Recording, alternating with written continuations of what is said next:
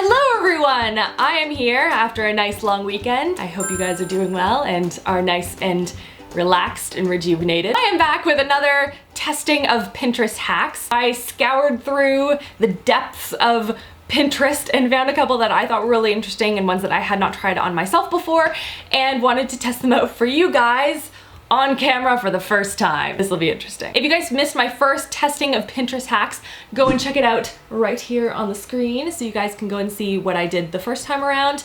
But enough of that, we'll go and get into the next round of testing of Pinterest hacks. Let's do this. Okay, so the first Pinterest hack that I found is about making your manicure process easier, and that's taking a lip balm. Why is this so pointy, by the way? Taking a lip balm and putting it around the edge of your nail and then painting your nails, and it's supposed to make the cleanup a whole lot easier. So I took off the nail polish off of 2 of my fingers because they were chipping, but whatever, doesn't matter. I'm gonna take the lip balm and I'm just going to paint around the outside of my nail. Now I'm going to take my nail polish, and this is the Miracle Gel in Sugar Fix. I'll try not to be as careful as I normally am trying to paint my nails, but in the name of curiosity, I will paint my nails kind of haphazardly. The one thing I will say, if you get any of the lip balm on the brush, it makes it really difficult to paint your nails, obviously, because the balm is just gonna make it difficult for the nail polish to adhere to your nails. So I'm gonna let this dry, apply the top coat, and then we'll see how easy this is to come off. I'm back! So I'm just going to take a Q-tip and see if I can just wipe off the excess nail polish without having to resort to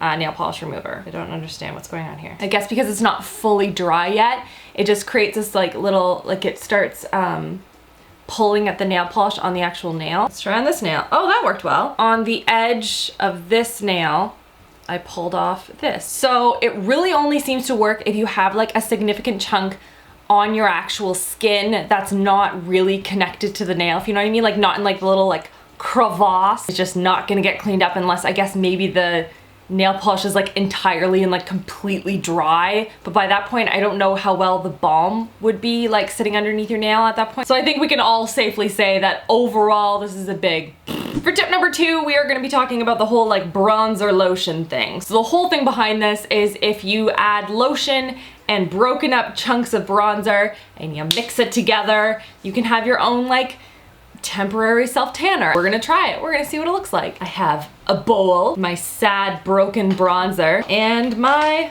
lotion, which in case anyone is interested, this is the St. Ives coconut milk and orchid extract. Orchid?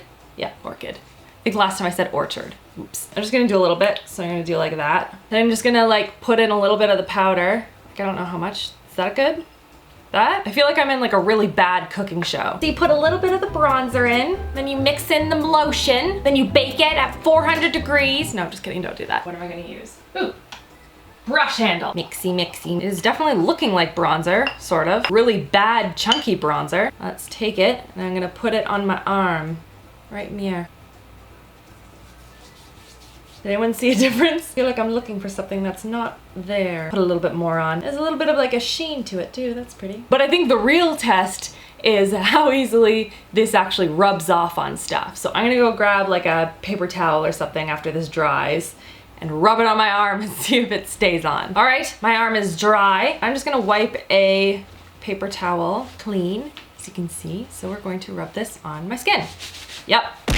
Comes off as expected. I would say that this is sort of like a half success and half not so successful. It does work, but you're also gonna get bronzer like everywhere. For me, I can see this working like in a pinch if I don't have any self-tanner on me and I just need to like bronzify my legs a little bit for, you know, a cute dress or something, but like other than that, I would probably steer clear of this trick. All right, for tip number 3, you guys had asked me to find some Pinterest hacks around like cleaning brushes to make it really simple and not having to go out and buy the super expensive like stuff out there that cleans your brushes. Because those are expensive and you're using them to clean and it feels like you're spending like $50 on dish soap. So I was looking for something that I had not tried before, and this one I have not tried, so I'm kind of curious about it.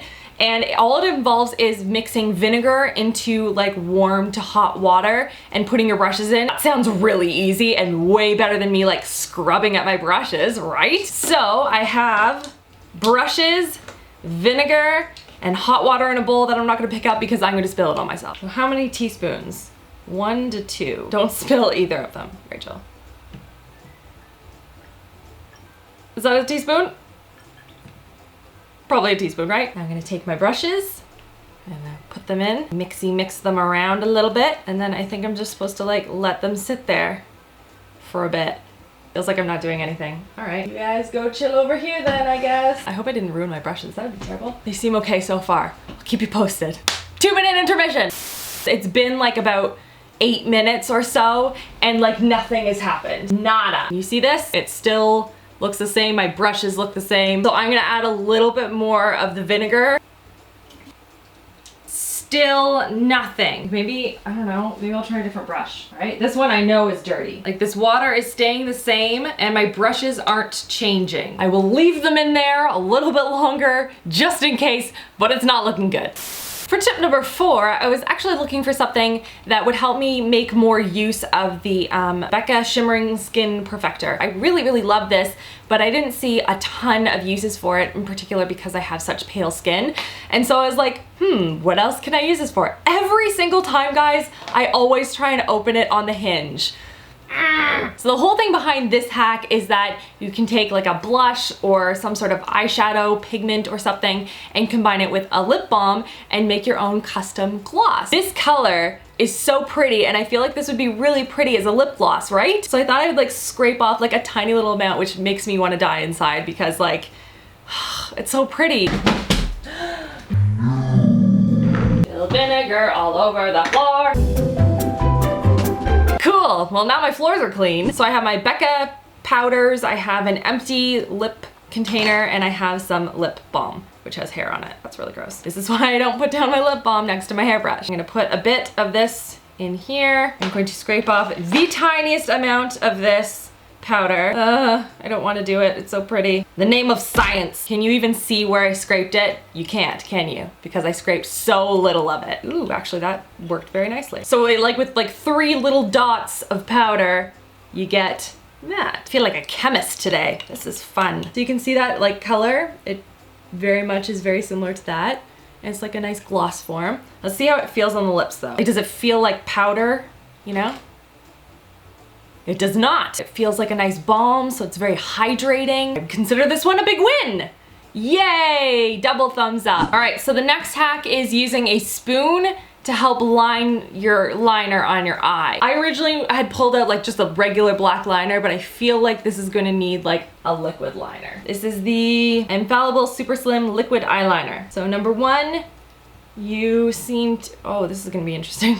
I didn't think about this. My spoon has bumps in it. Maybe I should zoom in for this so you guys can see it better. All right, so first you line up the spoon against your eye, and then you have to like line it from there, I guess. My eyeball does not like this. Kind of, a little bit. And then what do? What's next? So I use this part of the spoon and I connect it. How do you hold it there? Like, how do you hold it there and also line your eye? This is a struggle. I can't see. Spent like the last like 5 minutes attempting to just line up my eye. I feel like this isn't gonna work very well. Oh, surprised? Cause I am. That almost worked. And I just had to fill it in a little bit. And then I just have to like, I guess, line the rest. I am slightly impressed. Like, I didn't think it was gonna work at all, and it did like an okay job. Like, I feel like this might work better even with like a baby spoon, like a really small one that's a little bit flatter.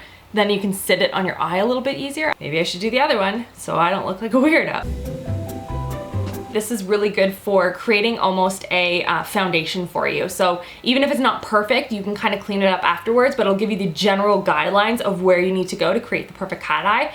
And then you can just kind of like fix up the little lines here and there. But like, I think overall, if you're like learning how to do this, I think this is a pretty good trick. Good job, Pinterest. So let's go and take a look at what the brushes are doing now, since it has been a while. Wow, that was a huge fail. Like, this is my brush after. You can see it is still dirty. Boo! Now they're just wet, which means now I have to go and wash them again. Sweet. And that's everything for this video. Give it a thumbs up if you want to see more of these kind of Pinterest hacks tested type of videos. Don't forget to go and check out my first Pinterest hacks video in case you're looking for more ideas for ones that may or may not work. And thank you again for watching, and I will see you guys all in my next video. Love you girls. Mwah! So today I am here to give you my top 5 most overrated beauty products. So let's get into this. P.S. Do you guys like my nails? I call them mermaid nails. I want to really like them because I think they're so cool. They're like little toys in makeup form.